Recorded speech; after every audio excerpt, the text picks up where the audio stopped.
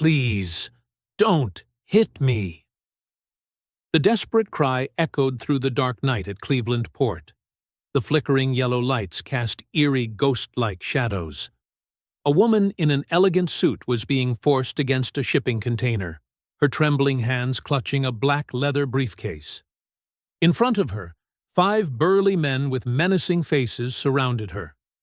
One of them raised a steel rod high, his eyes cold as ice. The wind from Lake Erie swept past the steel cranes, producing a chilling whistle. Not a single soul dared to intervene. Only the sound of waves crashing against the shore and the frantic pounding of the woman's heart filled the darkness. Suddenly, a deep voice rose from behind.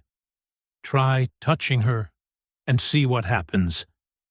The entire group snapped around. They saw a man in grease-stained work overalls, his hands calloused from labor, but his eyes sharp as blades. They could never have imagined that this man's appearance would trigger a shocking secret. A secret capable of altering the fate of a billion-dollar corporation and forever changing the life of the trembling woman before them. But to understand why this worker was willing to confront 5 thugs, we must turn back the clock to 3 weeks earlier. Jack Sullivan, 37 years old, a man with broad shoulders who once wore a Navy uniform, now just a forklift operator at the Port of Cleveland. Every morning at 5:30, he was already at the port, dressed in bright orange protective gear and worn-out rubber boots. But what made Jack special wasn't his glorious past or his current job. It was the way he looked at his daughter. Megan Sullivan, 9 years old, with golden hair just like her mother, stood every morning at the small window of their apartment in the flats. She waved goodbye to her father on his way to work, holding in her hand a little paper boat with the word "Hope" written in blue crayon. "Daddy, today I made 3 boats," Megan cheerfully announced when Jack came home. "I wrote hope for everyone, because I think hope shouldn't be kept just for ourselves." Jack sat down beside his daughter, gazing at the carefully folded paper boats on the table.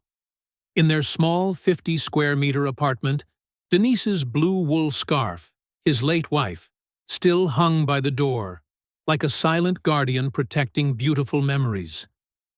"You know," Jack said softly, stroking his daughter's hair, "your mom used to do things like this too. She always said hope is like light. The more you share it, the brighter it becomes." Meanwhile, at Caldwell Tower, 60 floors soaring into the sky, Jasmine Caldwell stood before the large glass window, looking down at the city of Cleveland. At the age of 30, she had become the youngest CEO in the history of Caldwell Group, the 3rd largest logistics corporation in the United States. But behind that title was a lonely woman. Jasmine wore a black Armani blazer, her hair neatly tied up, her eyes always cold, as if accustomed to concealing her true emotions. "Jasmine," came the voice of her uncle Richard Caldwell from the office doorway. "The board meeting is in 15 minutes. There are some issues with the port that need discussion." Richard, 58 years old, with distinguished silver hair, always dressed in expensive suits, yet his eyes carried something sinister. He never called her niece, always just Jasmine, in a tone that was cold and detached. "What issues, Uncle Richard?" Jasmine turned around, sensing something was not right. "Oh, just some irregularities in the port's financial reports. Perhaps we'll need to adjust the control procedures." Richard's smile never reached his eyes. But Jasmine did not yet know that, for the past 3 months, she had unknowingly stumbled upon clues of a massive smuggling ring operating within her own family's company. And the ones leading this ring were the very people she trusted the most. That night, Jasmine could not sleep. She kept turning over the financial reports, the shipping contracts showing irregular signs, containers declared as carrying machinery, but the weight didn't match, night shipments that weren't recorded in the official logs. She wasn't sure where the decision came from. Perhaps from the conscience of a responsible CEO? Perhaps from the memory of her late mother, Margaret Caldwell, who once taught her that dirty money will stain the soul. Jasmine had made up her mind. She would go down to the port herself to investigate. And that was the very decision that would change her life. And Jack Sullivan's life forever. It was Friday night, 11 o'clock sharp. Jack had just finished his shift and was cleaning up the last forklift when he heard hurried footsteps near container 47B. Something wasn't right. After 15 years working at the port, and 8 years before that in the Navy, Jack had learned how to read unusual sounds. A rough male voice. "Who do you think you are to investigate us?" A trembling female voice. I only wanted to understand the numbers in the reports." "Understand, huh? How about this? Do you understand this?" A loud thud followed, as if something had been slammed hard against the container wall. Jack turned off the engine and carefully moved toward the noise. Through the gap between containers, he saw a scene that made his blood boil. A young woman in a black suit was cornered by 5 large men. She clutched a briefcase tightly, her back pressed against the container wall, her face pale with fear. Frank Doyle, the night shift manager Jack had never liked, was raising a steel rod high. "Sign this, and forget what you saw. If not—" "Please, don't hit me," Jasmine pleaded, shrinking back, tears beginning to fall. Without another thought, Jack stepped out of the shadows. "Try touching her, and see what happens." His voice was deep, steady, carrying a force those thugs could feel instantly. This was no empty threat. It was a promise from a former sailor who had once fought in Afghanistan. Frank spun around, his face paling, as he recognized Jack. "Sullivan? What the hell are you doing here?" "Trying to stop you from doing something wrong." Jack advanced step by step, his eyes fixed on the steel rod. "Let her go. This isn't your business, Sullivan." Walk away, Jack stared straight into Frank's eyes. He had seen too many men like this, bullies who were only strong when their target was weak. "The moment I saw 5 of you cornering one woman, it became my business." There was one thing Frank didn't know about Jack Sullivan.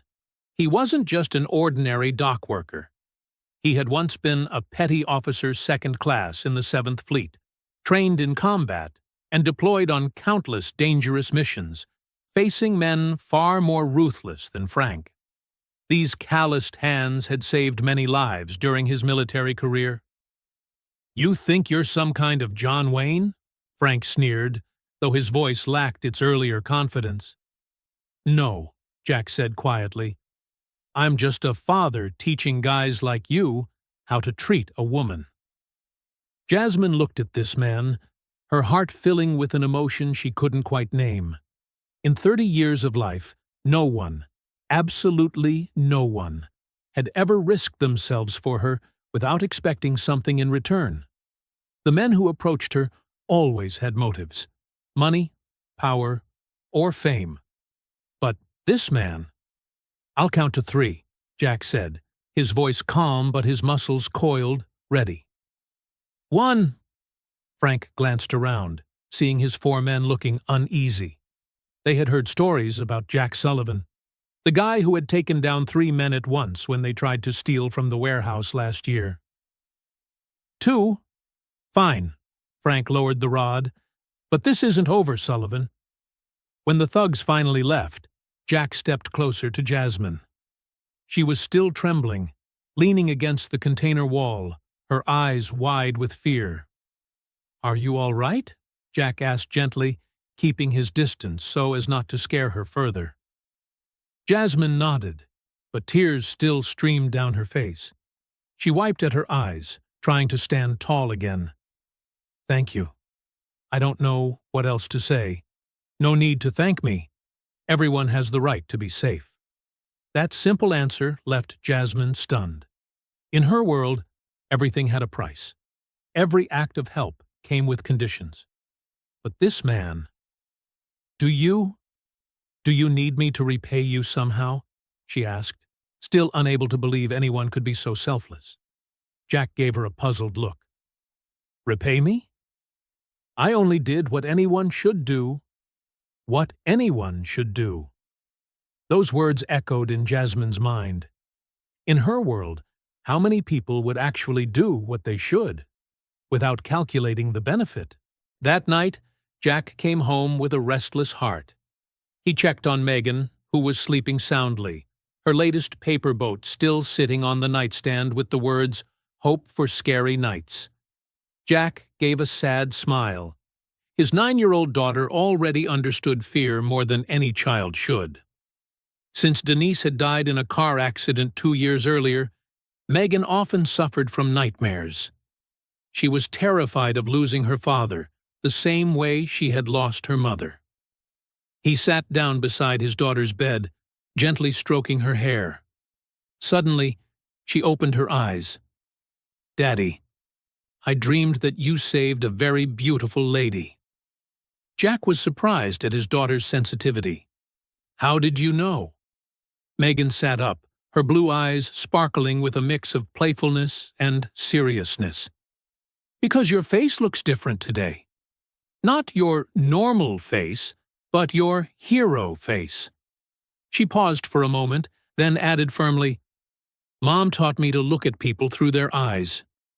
And your eyes, they were shining like that today, which means you helped someone."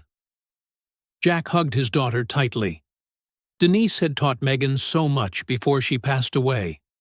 At times, he felt as though Denise was still here, living on through every word and action of their daughter. "Do you think Mom could be proud of me?" Megan asked innocently. "What do you think?" "I think Mom is smiling in heaven. She always liked it, when you helped people." That night, Jack lay on the old sofa in the living room, staring at Denise's wool scarf. He remembered what his wife used to say. "Jack, there's one thing I learned from being a social worker. People don't need you to save the whole world. They just need you to be there when they need you. Sometimes all it takes is for you to stand up and say, 'Hey, this isn't right,' and that's enough to change someone's life." Jack wondered if maybe Denise had guided him to meet the woman tonight. Meanwhile, at Caldwell Tower, Jasmine sat in her 200-square-meter penthouse overlooking the entire Cleveland skyline. Yet she felt lonelier than ever. The vast glass walls, the expensive designer furniture, and the suffocating silence. She held her phone, wanting to call someone to share about what had happened that night. But call whom? Victoria Caldwell, her cousin who was always competing with her? Richard, the uncle she grew increasingly suspicious of? Or the so-called friends who only cared about parties and shopping? Jasmine realized a painful truth. She had no one with whom she could share her real thoughts. She opened her laptop and searched. Jack Sullivan Cleveland Port. Nothing but a few old articles about him receiving the Employee of the Year award 2 years in a row. A small photo, Jack standing next to a forklift, holding a little blonde girl smiling brightly. He has a family, Jasmine thought. A good man with a happy home. Why would he risk his life to save a complete stranger? Jack's words echoed in her mind. Everyone has the right to be safe. Simple, sincere, with no hidden agenda. For the first time in her life, Jasmine Caldwell had met a man who wanted nothing from her, and that both moved her and terrified her. 3 days after the incident at the port, Jasmine couldn't focus on her work. She sat in the CEO's office overlooking the Port of Cleveland, her mind constantly drifting back to the man who had saved her. Not because he was handsome or charming, but because of the rare sincerity in his words. Everyone has the right to be safe. Jasmine, Richard Caldwell entered without knocking. You seem distracted. What's going on? Startled, Jasmine replied, Nothing, Uncle Richard. Just a little tired. Good. Because tomorrow we have an important meeting with the board about port matters. His eyes carried something sinister. Make sure you're well prepared. As Richard left, a chill ran down Jasmine's spine. She was becoming more certain that her uncle was involved in the irregular activities at the port. Suddenly, Jasmine made a decision. She took off her Armani blazer and changed into a simple white shirt and jeans, the most casual outfit in her wardrobe. She wanted to see Jack again, but not as a CEO. She wanted to meet him as just a normal person. Friday afternoon, 3:30. Jasmine parked her BMW at quite a distance and walked toward the workers' rest area at the port. Her heart raced, a sense of unease creeping in. This was the first time in her life she had set foot in a place like this. No gleaming marble floors, no soft piano music, only the smell of grease, the roar of machinery, and the hearty laughter of dock workers. Jack was sitting at an old metal table, in front of him a homemade sandwich box and a worn-out book. When he looked up and saw Jasmine, surprise flickered across his face, and he immediately stood. What are you doing here? Jack's voice carried clear concern. It's not safe, especially after what happened the other night. Jasmine took a breath, her hand tightening unconsciously around her purse strap. I wanted to thank you properly. And I wanted to know, why did you help me? Jack looked at her, his expression puzzled. I already told you. Anyone would have done the same. No, Jasmine shook her head firmly. Not everyone would.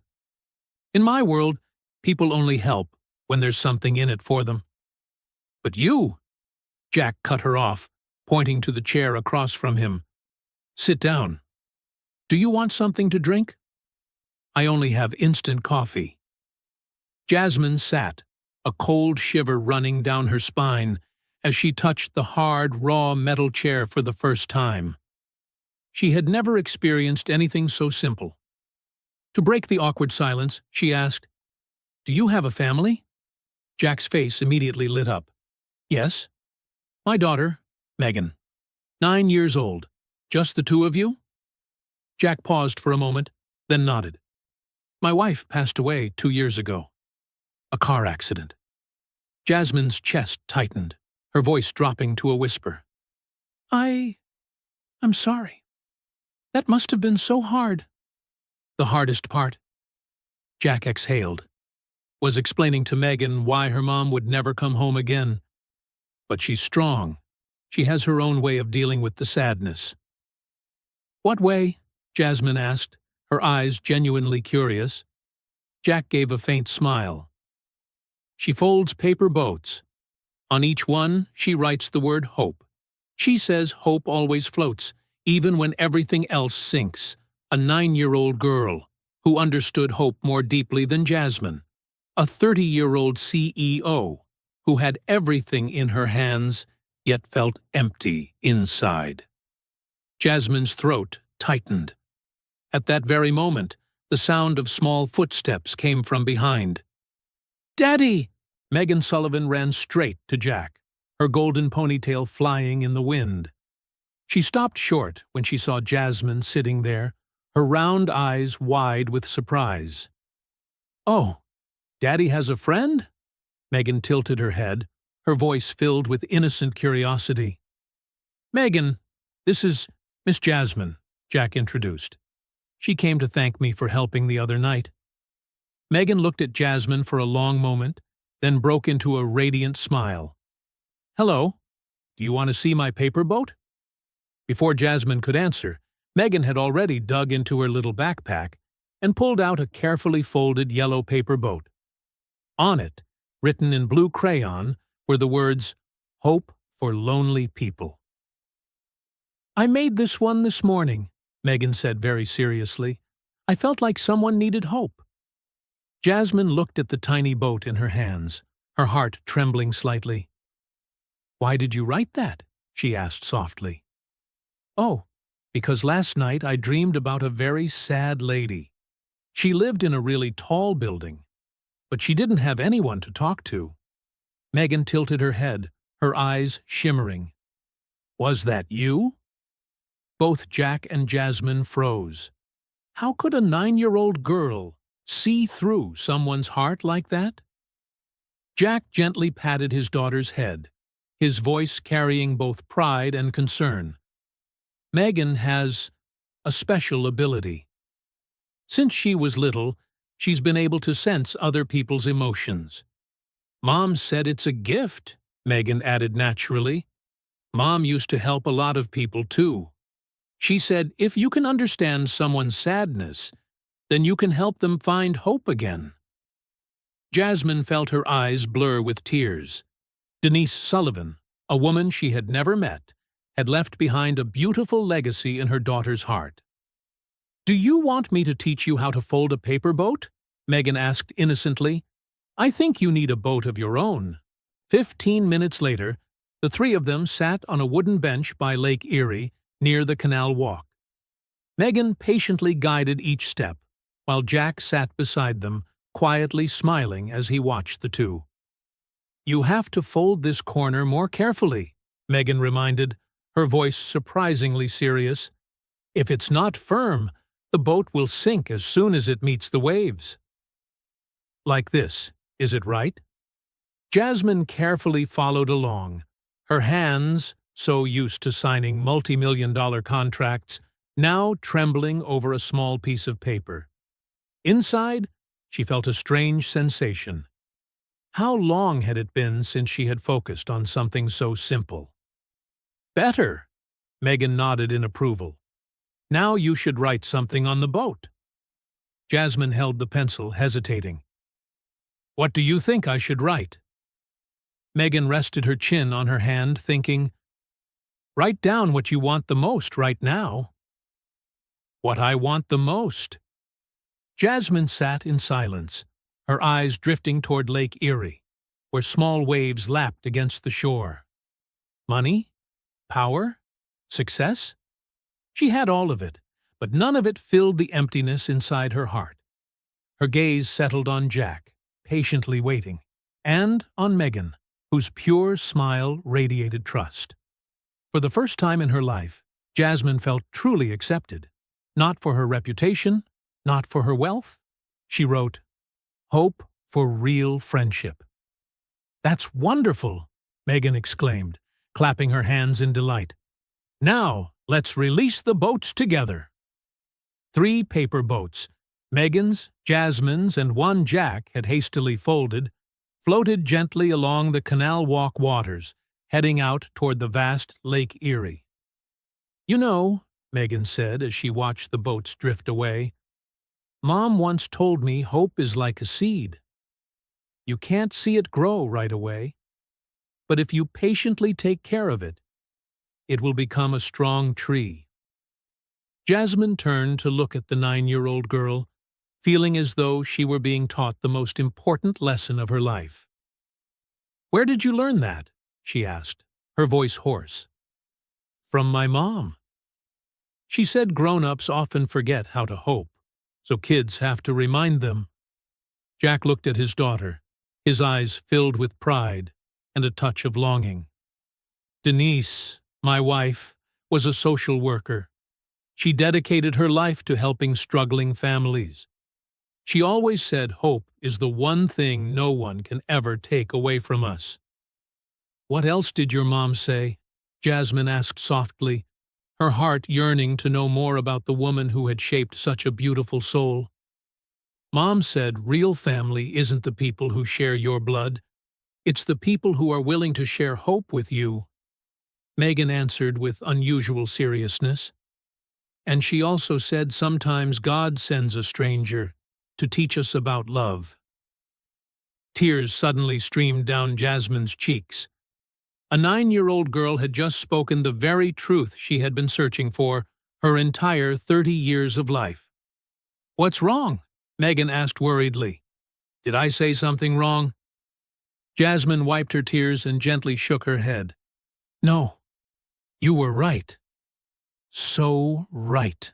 As the sun began to sink below the horizon, the golden glow of sunset bathed the waters of Lake Erie. Jack spoke up. "I need to take Megan home so she can do her homework. Would you like to stop by our place for some coffee?" Jasmine hesitated for a moment. She had never stepped into a worker's home. May I?" "Of course." Megan immediately grabbed Jasmine's hand, her eyes sparkling. "You'll love our house. It's small, but it's really cozy." On the road leading to the flats, Jasmine looked around. Small apartments lined closely together, old cars parked along the street. But the atmosphere here carried something her luxurious penthouse had never had: the vibrancy of a true community. "Hello, Jack," an elderly woman called down from her window, waving warmly. "Hello, Mrs. Rodriguez," Jack replied with an easy smile. "How are you today?" "Wonderful. Thanks for the bread yesterday," the old woman answered, her grin radiant. Megan leaned close to Jasmine's ear and whispered, "Mrs. Rodriguez lives alone, so on weekends Dad and I bake bread and bring it to her." Jasmine was surprised, asking softly, "Do you do that often?" Jack just shrugged. "It's nothing special. We live in the same community. We're supposed to look after each other." Look after each other. The words echoed in Jasmine's mind. In her world, people only knew about networking, but no one really cared enough to look after anyone. Jack's apartment was small, but tidy and warm. By the door still hung Denise's blue wool scarf, like a gentle reminder. On the coffee table, dozens of paper boats were neatly arranged like a small fleet of hope. "This is my collection," Megan proudly announced. "Each one carries its own hope." Jasmine carefully picked them up one by one, reading the scribbled words in colored pencil. Hope for sick children, hope for homeless people, hope for broken hearts, hope for lost dreams. "All of these? You made them?" Jasmine asked in astonishment. "Yes, I make one every day. Dad says if we send enough hope out into the world will become a better place." From the small kitchen, Jack was making coffee, his warm voice carrying over. "Megan believes the paper boats will find their way to the ocean and bring hope to the ones who need it." Jasmine looked up, meeting his eyes. "And you? Do you believe that?" Jack turned around, his eyes shining under the dim yellow light. "I believe in my daughter's heart. And I believe hope can spread in ways we could never imagine." Sitting in that tiny apartment, sipping instant coffee from an old ceramic mug, Jasmine suddenly realized she had never felt happiness like this before. Happier than at any lavish party she had ever attended. That evening, Jack and Jasmine sat together on the small sofa. Jasmine's eyes kept drifting toward the blue wool scarf hanging by the door. "Can you tell me about your wife?" she asked softly. Jack gave a sad smile and took out an old photo album. One by one, the pictures appeared. Denise, on their wedding day, holding Jack with one hand and a paper boat in the other. Denise among children at the community center, teaching them to fold boats as a way to release their anger. "She believed hope could save anyone," Jack said. "A boy who used to be violent. Now, whenever he gets angry, he folds a boat and writes down his wish. He's training to become a shipbuilder." Jasmine slowly turned another page. The last one showed Denise in the hospital, frail but still smiling, holding her final boat. Hope for my family's future. Jack's voice broke. That boat was the only thing left intact after the accident. I lost Denise at the moment I needed her most. Megan was only 7 then. How could I explain death to a child? Jasmine placed her hand on his shoulder, her eyes glistening with tears. You've done so well. Looking at Megan today, I see a strong girl, full of love. Jack nodded, his eyes shining through his tears. That's because of Denise. She left Megan a legacy, the belief in goodness. And I will protect that belief, at any cost. Monday morning, Jasmine walked into her office with a strange feeling. She carried with her both the sense of having discovered something precious in the Sullivan family and a vague fear about what was happening inside her own company. A knock on the door sounded, then Richard Caldwell entered, his face so cold it seemed to weigh down the entire room. Jasmine, we need to talk. About what, Uncle Richard? About where you went over the weekend. Richard's voice was firm, devoid of any warmth. Some people reported seeing you in the flats. Do you realize how dangerous that area is? A chill ran down Jasmine's spine. They were watching her. I just went to visit a friend. Richard stepped closer, his eyes drilling into her. What friend? Jack Sullivan? That dock worker? Jasmine's heart pounded. How do you know? Richard's lips curved into a cold smile. Have you forgotten who I am? I need to know everything that revolves around this company, and Richard Caldwell's niece associating with a laborer is not good for the family's reputation. He's a good man. Jasmine shot to her feet, her voice trembling but proud. He saved me from whom? Richard cut her off instantly, his sharp gaze flashing. Did something happen at the port that you haven't told me about? Jasmine froze, realizing she had let something slip. No, nothing at all. Richard sat down opposite her, his tone suddenly soft, almost caring. Jasmine, I understand. You're young, you want freedom, you want to explore. But you need to remember, we can't just mingle with people from a different class. That will only create misunderstandings and consequences you don't want. What kind of misunderstandings? Jasmine pressed, her voice low. Like the chance that you might hear things about the company that aren't true. People like Sullivan could use their connection to you to... To what? Jasmine cut him off, her eyes flashing with defiance. Richard fell silent for a few seconds, then released each word like a blade. To blackmail. To demand what doesn't belong to them. You're so naive. The words pierced straight into Jasmine's chest. Her head spun. Was Jack truly sincere? Or had she been too quick to trust? What do you want? Jasmine asked directly, her tone steely. I want you to cut all ties with Sullivan. Immediately, Richard placed a thick folder on the desk. And you'll sign this. Port restructuring. What kind of restructuring? Jasmine frowned, flipping quickly through the pages. Transferring all port management rights to a subsidiary. Richard's cold smile returned. This will allow us more flexibility in handling complicated matters. Jasmine read carefully, her heart pounding. The clauses would allow cargo to pass through the port without strict oversight. This was clearly a cover for smuggling operations. I need time to review this, Jasmine said, trying to remain calm. You have 24 hours, Richard stood, his tone brooking no refusal. And remember this.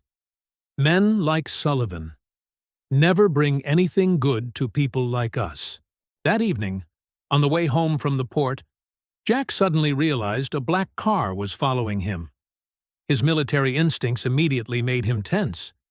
He abruptly turned into a narrow alley, waited in the shadows for a few minutes, then silently circled behind the car. Through the tinted glass, Jack saw two unfamiliar men. In their hands was a stack of photos, pictures of him, of Megan, and even of Jasmine. Jack's chest tightened. They were watching his family. Without hesitation, he rushed straight home. As soon as he entered, Jack picked up the phone and called Mrs. Rodriguez. "Ma'am, could you watch Megan for me for a while? I have an urgent matter." The old woman's voice was filled with worry. "Of course, Jack. What's going on?" "I'll explain later," Jack said quickly. "Just help me keep Megan safe." He hurriedly packed the backpack he always kept ready, a habit from his Navy days, then brought his daughter over to Mrs. Rodriguez's. "Where are you going, Daddy?" Megan asked, her eyes anxious. Jack knelt down, gripping her small shoulders tightly. "I have to take care of something important." "Stay with Mrs. Rodriguez. Don't go outside until I get back, okay?" Megan hesitated, then asked softly, as if sensing something, "Does this have to do with Miss Jasmine?" Jack hugged his daughter tightly, his voice deep but resolute. "I promise to protect everyone I love, including Jasmine." Jack dialed Jasmine's number, his voice tense. "You need to be careful. Someone is watching you. And my family, too." Jasmine was sitting in her penthouse, the yellow light casting down on the cold wooden floor. His words made her shiver, her heartbeat racing. "What? Watching? For what reason?" "I'm not sure," Jack replied, his breathing heavy. "But I suspect it's connected to what happened at the port." "Did you tell anyone about us meeting?" Jasmine froze. Instantly, her mind replayed the conversation she'd had with Richard that morning. Her voice caught in her throat. "Jack, I may have let it slip." "To whom?" "My uncle, Richard Caldwell." On the other end, a heavy silence stretched. Finally, Jack spoke, his voice dropping low. "Do you still trust him?" Jasmine closed her eyes, her trembling hand gripping the untouched glass of wine. "I used to, but now I'm not so sure." "Listen to me," Jack said, enunciating each word firmly. "Don't stay alone tonight. Go somewhere crowded, or be with someone you truly trust." "I'll find out what's going on." "Jack!" Jasmine whispered, her voice quivering. "I'm scared." Jack's voice softened, but carried unwavering strength. "I won't let anyone hurt you. I promise." That night, Jack returned to the port. Darkness blanketed the area, broken only by the flickering yellow glow of steel pillars casting light onto the damp ground. With his military experience, he moved silently between the rows of containers, blending into the night like a ghost. He needed to know exactly what was going on. Inside Frank Doyle's office, Jack searched thoroughly and found documents that made his blood run cold. A detailed list of containers transporting contraband from South America. A record of commissions paid out to port officials. And worst of all, a chain of emails from Richard Caldwell containing the chilling words, "Handle the Jasmine problem. Eliminate troublesome witnesses." Jack immediately pulled out his phone, snapping pictures of every page. His heart pounded as he discovered another horrifying plan. They intended to lure Jasmine to the port the following night, under the pretense of a document handover, but in reality, it was a setup to kidnap her. Without hesitation, Jack called the only person he could trust, Detective Carla Moreno, a police officer he had known since Denise's days working with struggling families. "Carla, it's me, Jack. I need your help. There's a major conspiracy happening at the port." "Jack?" Carla's voice was wary. "What are you talking about?" "I just got the evidence. I'll send it all to you. But most importantly, they're planning to hurt an innocent woman. I can't let that happen. Send it to me right now, Carla answered quickly, her voice sharp with resolve. I'll review everything. And Jack, be careful. If what you're saying is true, you just poked a hornet's nest. The next morning, Megan folded a paper boat unlike her usual ones. No longer bright green or yellow, this time it was red. On it, in small handwriting, she wrote, Hope for protection from danger. Why did you make this one? Mrs. Rodriguez asked curiously. Megan pressed her lips together, her eyes filled with worry. Last night, I dreamed about Miss Jasmine. She was in a very dark place, very afraid. I have to send this boat to her right away. With Mrs. Rodriguez's help, Megan called Jasmine. Miss Jasmine, I just made a special boat for you. Megan's voice trembled. You have to be careful. I feel like something bad is about to happen. Jasmine, sitting in her office with the stack of files Richard had given her, suddenly felt her heart race. What did you just say? I don't know how to explain it, Megan continued, but I'm certain you're in danger. Don't go to dark places, especially not alone. The little girl's words struck like an alarm bell. Jasmine looked again at the stack of documents before her, and for the first time, she clearly saw the dark scheme hidden behind every clause. Jasmine's phone rang. It was Richard. Jasmine, his voice was deep and cold. Have you made your decision? We need to meet tonight at the port to finalize the arrangements. Why at the port, Uncle? Jasmine asked, trying to keep calm. So you can witness firsthand what will change after this important decision. 11 p.m., Container 47. B. The board and I will be waiting for you there. The call ended, leaving Jasmine with a chill down her spine. She knew this was the trap, but at the same time, she understood it might also be her only chance to expose the truth. She dialed Jack's number. They want me at the port tonight, Jasmine said softly. I know it's a trap, but if I don't go, they'll find another way to eliminate me. This may be my last chance to get evidence. On the other end, silence stretched, broken only by Jack's slow breathing. Then his voice came, firm and decisive. Don't go. It's too dangerous. Jack, I have to. I don't have any other choice. A tense pause, then Jack's voice rang out, strong. If you're determined to go, I'll be there. I'll protect you. Jack, you don't have to. I promised Denise I would never stand still while an innocent person was being harmed. And I promised Megan I wouldn't let you face this alone. That evening, Jack sat in the small apartment, quietly reviewing the evidence he had gathered from the port. Detective Carla Moreno had confirmed she would come with a support team, but they still needed more direct proof that Richard and his associates intended to harm Jasmine. Daddy! Megan ran over, holding a white paper boat in her hands. I made this one for you. Jack took it and read the scribbled yet meaningful words. Hope for heroes to come home safe. His heart tightened. Jack pulled his daughter close. Sweetheart, I promise I'll come home to you. I know you will, Megan replied with an unexpectedly serious tone. Because Mom is protecting you from heaven. And Miss Jasmine needs you too. Jack leaned back slightly, looking straight into his daughter's eyes. What did you just say? Megan pressed her lips together, then whispered, Last night, I dreamed about Mom. She said Miss Jasmine is the person God sent to make our family whole again. But first, you have to save her from the bad people. Jack froze, unsure whether to feel more surprised or moved by his daughter's extraordinary sensitivity. Are you afraid?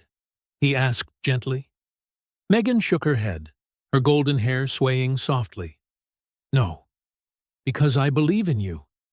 And I believe in love In the luxurious penthouse, Jasmine sat silently at her vanity, her eyes fixed on her own reflection in the mirror. She wore a black suit, the outfit she always called her armor whenever walking into fierce boardroom battles. But today was different. Today, she was preparing to face the truth about her own family. On the table, amid the perfume bottles and glittering jewelry, lay something simple, the paper boat Jack had once taught her to fold. On it, the scribbled words, "Hope for real friendship," appeared like a reminder. Jasmine picked it up, her hands trembling slightly. Strangely, from that tiny piece of paper, she felt a quiet strength rising within her. Suddenly, the phone rang. The screen displayed a name, Victoria Caldwell, her cousin. "Jasmine," Victoria's voice was sharp and cold. "I hear you're going to sign the document tonight?" "Good. It's time you understood your place in this family." "My place?" Jasmine asked, her voice calm, but her eyes in the mirror as sharp as blades. "To be a good girl. To do as the elders decide. Don't entertain foolish illusions about autonomy or independence. You already have everything you need." Jasmine clenched the paper boat in her hand. "I have everything except the truth." A heavy silence followed. Then Victoria lowered her voice, sounding both like a warning and a threat. "Be careful what you say, Jasmine. Some decisions, once made, can never be taken back." The call ended, leaving the room in silence. Jasmine sat motionless, but her heart roiled. She understood now. Not only Richard, but Victoria too was involved in the scheme. Her whole family, every one of them, had turned against her. In that suffocating loneliness, the image of Jack and Megan suddenly appeared in her mind. For the first time in her life, Jasmine had people who truly cared for her. Not because she was a Caldwell, not because of money or power, but simply because she was herself. 11 p.m. The port of Cleveland was shrouded in dense darkness, with only a few yellow lights spilling down from the massive steel cranes. The waves of Lake Erie crashed against the shore with an eerie sound, like a warning that this place was not meant for the faint of heart. Jasmine drove slowly toward container 47B, her heart pounding inside her chest. She knew Jack was hiding somewhere nearby, but the fear still pressed down on her like a ghost on her shoulders. Richard Caldwell was already waiting, flanked by Frank Doyle and 4 burly men in dark coats. Under the yellow light, their shadows loomed like giant, menacing figures. "Jasmine," Richard spoke, a cold smile etched on his lips. "You're right on time." "Good. What do you want?" Jasmine stopped the car 10 meters away, her hands still gripping the steering wheel tightly. "Get out of the car, my dear," Richard gestured. "We have many things to discuss." Taking a deep breath, Jasmine slowly stepped out. Her hand clutched the briefcase. Inside was a recorder, her only hope of exposing them. "Discuss what?" "Your future," Richard replied, his voice like a knife. "And the fact that you know far too much you shouldn't." Frank stepped forward, his eyes vicious. "You've met with Sullivan." "What did you tell him?" "I don't know what you're talking about." Jasmine struggled to keep her voice steady. "Don't pretend!" Richard roared, his voice echoing between the rows of containers. "You think I don't know you've been associating with that lowly dock worker? You think I don't know you've been secretly investigating the port operations?" Richard's tone now was nothing like the seemingly caring Uncle Jasmine once knew. This was his true self, greedy, ruthless, and scheming. "So you're admitting there's something to hide?" Jasmine asked, fighting to suppress her trembling. "Hide?" Richard let out a cruel laugh. "Jasmine, you're so naive. This is business, and this business has brought billions of dollars to the Caldwell family. By smuggling drugs and weapons? Jasmine shot back. Frank sneered in reply. By taking advantage of every opportunity. And now, you are the problem. The only problem here. Ice you! The deep, familiar voice rang out from behind a container. Jack's figure slowly emerged under the dim yellow light. His eyes were sharp as steel, each step deliberate and resolute. In this moment, he was no longer the gentle dock worker. Before them stood a former Navy man, ready for battle. "Sullivan!" Frank roared, his voice a mix of shock and fury. "What the hell are you doing here?" Jack walked straight toward them, his tone calm but carrying the weight of a sentence pronounced, "I'm here to protect her, from men like you, and I'm here to put an end to this filthy game." Richard narrowed his eyes, looking at Jack with contempt, a cold smile curling on his lips. A dock worker thinks he can stand against the Caldwell family? Do you even know who you're facing? "Oh, I know," Jack answered, his voice dropping low, his eyes flashing with fury. "A man willing to betray, even kill his own niece for money. And that is the kind of man I despise the most." "Kill?" Richard let out a mocking laugh, feigning surprise. "Who said anything about killing? We only want to persuade Jasmine to understand her true place." Frank Doyle sneered, pulling a gun from his waistband, its black barrel aimed directly at Jack. "But with this one, it's different," he growled. "He knows too much." Frank raised the gun straight at Jack, his voice dripping with contempt. "Who do you think you are? Rambo?" Jack stood still for a beat, his eyes unblinking. "No, I'm just a father who wants his daughter to be proud."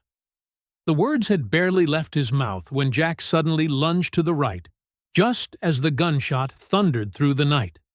The bullet tore through the air, slamming into the steel wall of a container. Jack rolled, sliding behind a stack of cargo, disappearing into the darkness. "Run!" Jack shouted toward Jasmine. "Run toward the lights!" But Jasmine froze. Instead of running, she quickly switched on the recorder hidden in her briefcase and slipped it behind a crate. This was the evidence she needed. She wouldn't let the chance slip away. Richard roared, furious. "Find him and kill him! Don't let him live!" The four men immediately spread out, scouring the labyrinth of containers. But they had no idea Jack had once learned to fight in the shattered streets of the Middle East.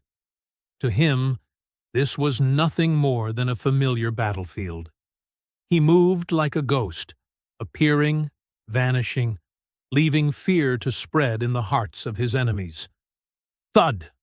Jack's fist clamped down, taking one man out from behind, sending him crashing to the ground without a sound. Thud! The second turned just in time to be thrown down, his gun flying from his grip. Jack scooped it up in one fluid motion. Gunfire erupted, Frank firing wildly into the shadowed rows of containers. "Come out! Come out, you coward!" A deep voice rang out from above. "You want me out here?" Frank looked up, only to see Jack leaping down from the top of a container. Crash! The punch landed like a hammer, smashing straight into Frank's face. He staggered back, reeling, as Jack instantly closed in. The fight exploded. Frank was big, powerful, but Jack was faster, more agile, every strike sharp and precise, the strikes of a man who had survived the fiercest battles. While Jack was grappling with Frank, Richard suddenly lunged forward, seizing Jasmine's arm and pressing a cold knife against her throat. "Enough!" Richard roared, his eyes bloodshot. "Sullivan, come out right now, or I'll kill her!" Jack froze, his eyes sweeping across the scene before him. Jasmine trembled, the blade already grazing her skin. Slowly, Jack raised his hands and stepped out from cover. "Smart," Richard sneered, his voice like steel. Now we'll finish this, once and for all. Uncle Richard. Jasmine's voice shook, but her eyes gleamed with determination. Why? Why are you doing this to your own family? Family? Richard scoffed, his laughter echoing through the maze of containers. You think this is about family? This is about business, Jasmine. The Caldwell Group was never a charity. We do whatever it takes to profit. Even murder? Jasmine asked, tears streaming down her face, but her voice still defiant. Yes, Richard replied curtly, without a flicker of hesitation. Even eliminating obstacles. Did you really think your father built this empire by playing fair? Jasmine's eyes widened in shock. My father? Richard leaned closer to her ear, his voice hissing like a curse. That's right. Thomas Caldwell, the father you worship, was the one who started it all. 20 years ago, he paved the way for every money-laundering scheme, every smuggling run. He didn't die of a heart attack like you believe. He died under the pressure when the FBI began tightening the noose. And who stepped in to cover everything up? Me! Jasmine's world shattered. No, it can't be. My father. He knew everything, Richard shouted, his bloodshot eyes blazing. He didn't just know. He created it. And now you want to destroy your father's legacy? For the sake of a worthless dock worker? Jack locked eyes with Jasmine, his voice low but resolute. I promised my daughter I would protect everyone we love. And I promised my late wife I would never let evil win. A foolish promise, Frank sneered, wiping the blood from the corner of his mouth. He had regained his balance, the black gun now aimed squarely at Jack. Jack didn't blink. Maybe. But those promises are what make me who I am. Suddenly, a clear, piercing cry tore through the tense night air. Daddy! Everyone froze and turned. Under the pale yellow lights of the port, Megan, just 9 years old, was running toward Jack, her blonde ponytail streaming in the night wind. Megan! Jack gasped, his heart stopping in his chest. What are you doing here? I snuck away from Mrs. Rodriguez to save you, Megan shouted, her eyes blazing with fiery determination. I can't let you face the bad people alone. In that instant, the whole world seemed to hold its breath. A small child charging straight into the middle of a standoff left everyone stunned, paralyzed by shock. Frank faltered, his hands trembling. For a fleeting second of hesitation, the gun lowered, and it was that brief moment Jack had been waiting for. Thud! Jack lunged forward, delivering a strike that sent Frank's gun flying. The two men crashed onto the cold steel floor, the clang echoing as they wrestled. Frank roared, trying to crush Jack's throat. Jack twisted, countering with the sharp, efficient moves of a seasoned veteran. Just then, a siren wailed in the distance. Red-blue lights swept across the rows of containers, drawing closer. Richard flinched. As the police beams struck the yard, he instantly shoved Jasmine aside and bolted toward a massive container stacked with documents and contraband. His face contorted with panic. No! Jasmine cried, chasing after him. Richard yanked out a lighter, his hand trembling yet resolute. If you won't cooperate, then it all goes up in flames. Stop! Jasmine screamed, but too late. The lighter flew inside. Whoosh! Fire erupted violently, devouring papers and chemicals. Thick black smoke rose like a pillar. The inferno's glare painted everyone's faces in a hellish red. Sensing the danger, Jack scooped up Megan and pulled Jasmine back toward the flashing lights. Run! The container's about to blow. Boom! The explosion shook the entire port. Shockwaves hurled crates into the air.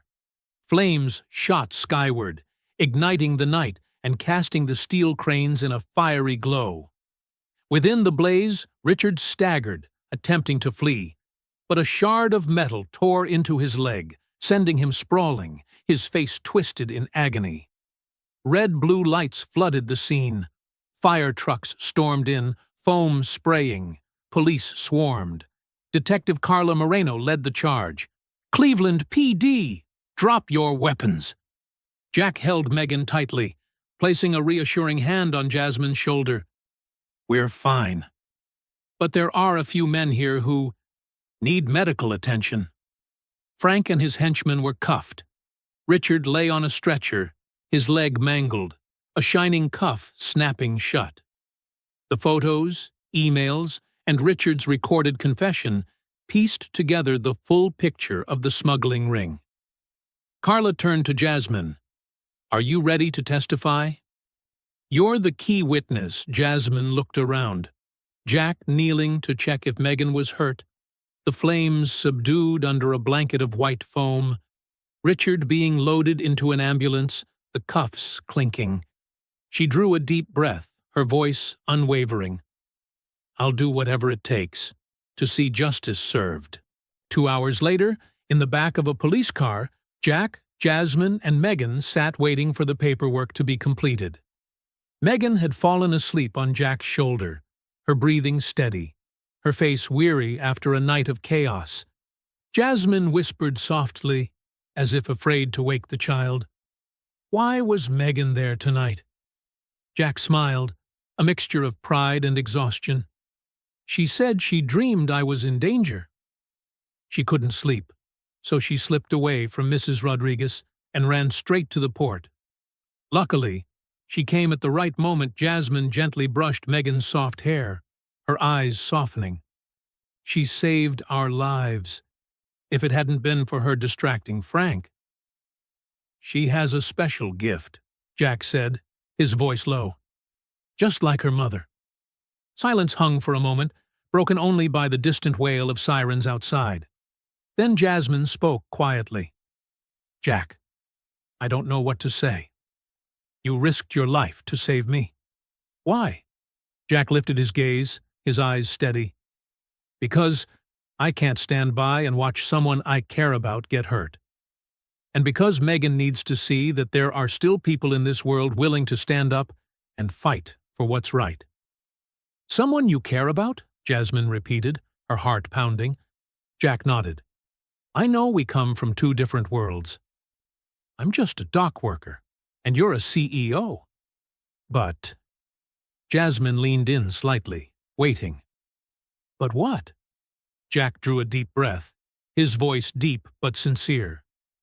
"But these past few days, being with you and Megan, I've felt happier than I have at any time since Denise passed away. You've brought light back into our lives." Tears shimmered in Jasmine's eyes. Her voice trembled. "Jack, Jack laid his hand gently over hers, smiling. "You don't have to say anything. Just know that no matter what happens, I'll still be here. For you." The morning after the storm. The first sunlight streamed through the small window in the flats. Jasmine awoke on the sofa, still wrapped in Denise's knitted scarf.